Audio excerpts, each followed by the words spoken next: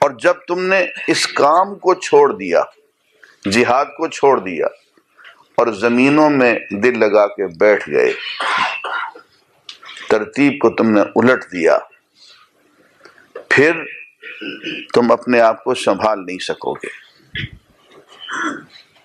آپ نے پوری کی پوری زمین، پورا عراق، پورا شام، پورا ایران،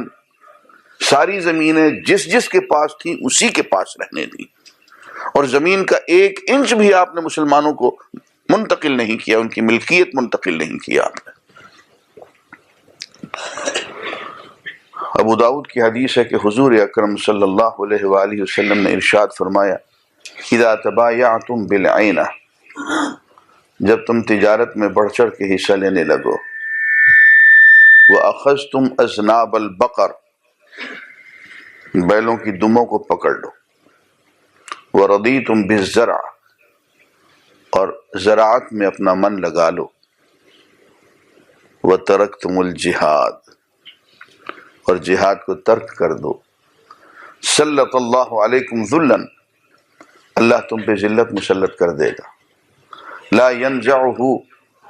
وہ ذلت اس وقت تک نہیں ہٹائے گا، حتی ترجعوا الی دینکم، جب تک تم اپنے دین کی طرف لوٹ کے نہیں آؤ گے۔